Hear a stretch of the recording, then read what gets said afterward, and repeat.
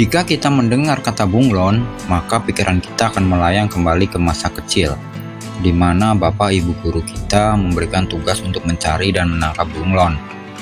Bahkan orang tua kita menceritakan kemampuan bunglon yang mampu berubah warna kulitnya sesuai dengan lingkungan sekitar. Ya, dialah bunglon surai atau Bronzocella jubata, atau di Jawa sering dikenal dengan kata londok. Di daerahmu namanya apa? Tuliskan di kolom komentar ya. Bunglon surai.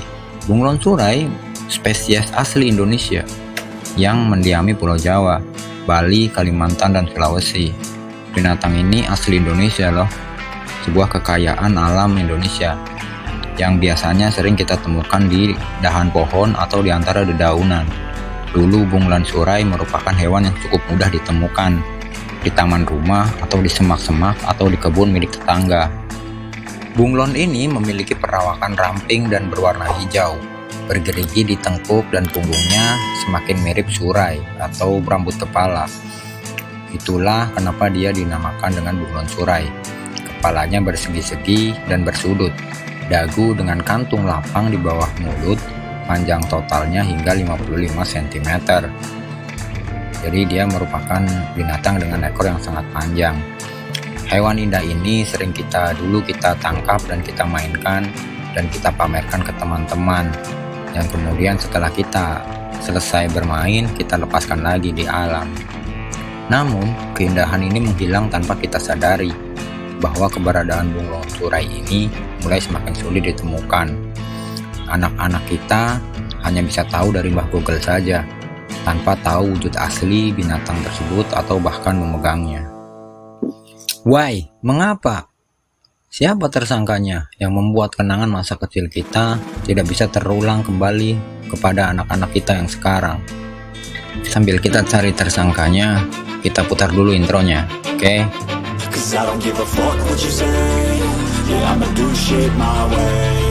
So you can go kick rocks, I'ma stack bricks up, build what I want to make. Yo, I got a lot of shit to say, so I'ma do this every day. I'll be writing things until I'm fucking buried in my grave. Ya, inilah tersangkanya. Dialah Calotes versicolor atau bunglon taman. Jika disadari, saat ini keberadaan bunglon surai sudah mulai tergantikan oleh kadal taman Calotes versicolor yang memiliki warna tubuh kecoklatan hingga keabu-abuan. Kadal taman ini dalam bahasa asing disebut garden lizard. Hewan ini disinyalir berasal dari Thailand. Meskipun belum ada sumber pasti yang menunjukkan daerah asal dari kadal taman ini, namun banyak peneliti yang mengatakan bahwa ini berasal dari Thailand. Meskipun sebaran luasnya ada di Pakistan, Nepal, Bhutan, India, Sri Lanka, dan lain-lain. Menurut ahli biologi alumni UGM, Adi Nugroho, keberadaan Calotes versicolor ini sebelum tahun 2000-an hampir tidak ditemukan di alam Indonesia. Hanya sesekali ditemukan di hutan Sumatera dan Jawa. Akan tetapi, bunglon taman ini sekarang sudah banyak sekali ditemukan di lingkungan sekitar kita, mulai dari pedesaan, perkotaan, hutan, dan habitat lainnya. Bunglon taman ini dapat dengan mudah terlihat mendominasi di habitat alami Indonesia. Diduga penyebaran awal dari kadal taman ini berasal dari ketidaksengajaan atau kesengajaan pedagang reptil atau pecinta reptil yang melepas liarkan ke alam. Karena kemampuan beradaptasi si Calotes ini sangat bagus, kadal taman ini dapat sedikit demi sedikit terlihat menguasai semak dan pohon. Hal ini menjadikan kadal taman disebut sebagai alien spesies, karena sebagai spesies asing tiba-tiba berada di wilayah baru yang bukan aslinya dan memiliki potensi penyebaran di daerah tersebut. Karena hadirnya populasi Calotes versicolor ini atau si kadal taman, diduga keberadaan bunglon surai ini terusir dari populasinya dan tidak berkembang karena kalah bersaing dengan spesies invasif atau spesies penjajah, si Calotes versicolor. Kenapa si Calotes versicolor ini bisa menguasai habitat bunglon surai? Oke, kita akan bahas satu persatu. Yang pertama adalah bentuk tubuh. Bentuk tubuh bunglon surai tergolong hewan yang langsing Panjang totalnya 55 cm, tetapi sebenarnya tubuhnya adalah kecil. Hanya ekornya saja yang panjang, karena 4/5 dari tubuhnya adalah ekor. Sedangkan si Calotes versicolor ini pada kondisi dewasa, tubuhnya itu akan lebih besar dari bunglon surai. Hal ini dikarenakan tubuhnya yang terbilang bantet dan kekar, sehingga akan tampak lebih besar daripada bunglon surai. Dalam hal ini secara postur tubuh, Calotes versicolor lebih diuntungkan. Tak jarang terjadi pertarungan antara bunglon taman dan bunglon surai untuk memperebutkan wilayah tersebut. Tapi sayang, karena kalah dari segi ukuran dan tingkat keagresifan, biasanya bunglon surai lah yang kalah dalam pertarungan tersebut. Hal itulah yang menyebabkan populasi reptil asli Indonesia ini semakin kurang di alam liar kita atau di dekat perkampungan kita. Oke, yang kedua, gaya hidup dan tingkat agresivitas. Pola hidup bunglon surai atau Bronzosella jubata ini identik tenang, soliter atau menyendiri, dan tidak suka bergerombol, serta bersembunyi di balik pepohonan yang berdaun lebat. Karena basic warna dia adalah warna hijau seperti warna daun, meskipun dia dapat merubah warna kulitnya menjadi coklat atau coklat kekuning-kuningan menyerupai batang pohon atau tanah. Dengan gaya hidup inilah, maka kita hanya menjumpai si bunglon surai ini sekiranya hanya satu bunglon pada satu pohon. Sedangkan pola hidup Calotes versicolor ini atau bunglon taman ini identik agresif. Dia sangat teritorial, sangat menjaga daerah kekuasaannya dari jenis kada lain. Sedangkan untuk jenis yang sama, mereka bisa berbagi daerah kekuasaan. Jadi dalam satu pohon kita bisa menemukan beberapa Calotes versicolor. Dia lebih banyak ditemukan di batang pohon karena memang warna kulitnya menyerupai batang pohon. Sifat agresif inilah yang menjadikan dia mampu menginvasi atau menjajah daerah milik bunglon surai yang kalah secara ukuran badan dan secara kelompok. 3. Tingkat perkembangbiakan. Suatu pengamatan yang diterapkan di hutan Situ Gede, Bogor, mencatat bahwa telur Bronzosella jubata atau bunglon surai ini dipendam di tanah berpasir di bawah lapisan serasah atau daun-daun kering. Yang bikin kita kaget adalah telurnya hanya sebanyak 2.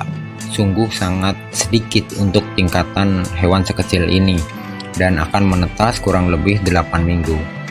Sedangkan Calotes versicolor betinanya mampu bertelur 5-16 telur yang berbentuk oval, lunak, dan diletakkan di bawah pohon atau di lubang di dalam tanah yang telah mereka gali.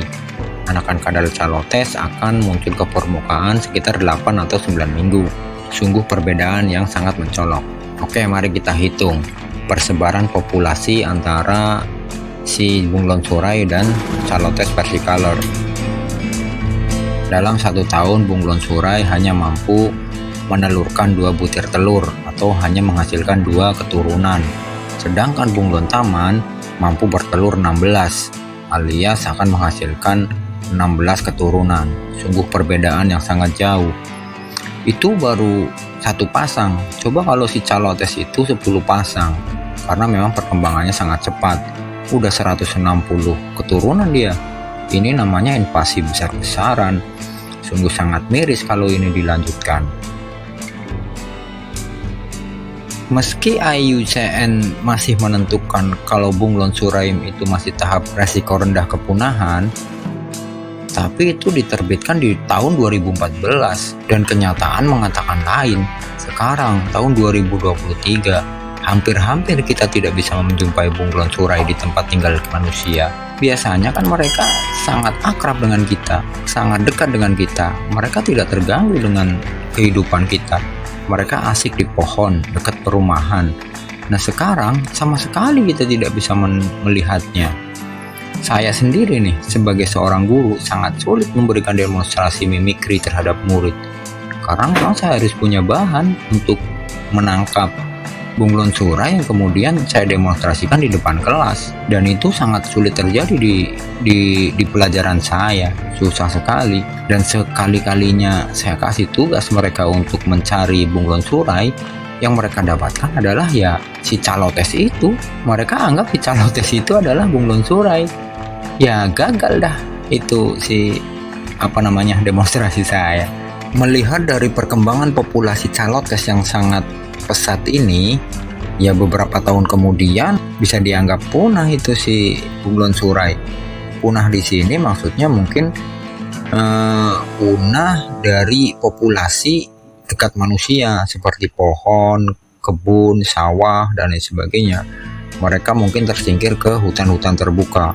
Bisa dibayangkan kan, kalau kamu pengen lihat bunglon surai maka harus pergi ke hutan aslinya yang di sana. Kan susah. Sedangkan kita sudah terbiasa dari dulu di masa kecil kita sudah melihat mereka di dekat perumahan kita. Wahai para pecinta reptil Indonesia, please saya mohon bertindak dengan adanya invasi calotes versicolor ini. Dengan perkembangan yang sangat pesat, bisa dimungkinkan akan menghabiskan semua bunglon surai yang tersisa. Saya yakin kalian juga tidak menghendaki hal seperti ini, di mana kekayaan alam Indonesia yang bernama bunglon surai habis terkikis di habitatnya sendiri. Dilihat dari segi keindahannya, jelaslah lebih bagus bunglon surai. Perubahan warnanya pun lebih bervariasi. Sedangkan si calotes cuma hanya coklat, kemudian coklat muda, coklat kemerah-merahan, ya gak bagus lah, gak bikin bangga sama sekali. Tetaplah kita lebih suka produk sendiri timbang si calotes ini, hewan alien yang suka menjajah daerah orang lain. Catat ya, ini Maret 2023, apakah kalian masih bisa melihat si bunglon surai di tempat kalian berada? Tambahkan di kolom komentar ya. Sekalian nih, kalau yang punya ide atau gagasan untuk mengkonservasi bunglon surai, mohon tuliskan juga di kolom komentar. Yuk selamatkan fauna Indonesia. Terima kasih. Assalamualaikum warahmatullahi wabarakatuh.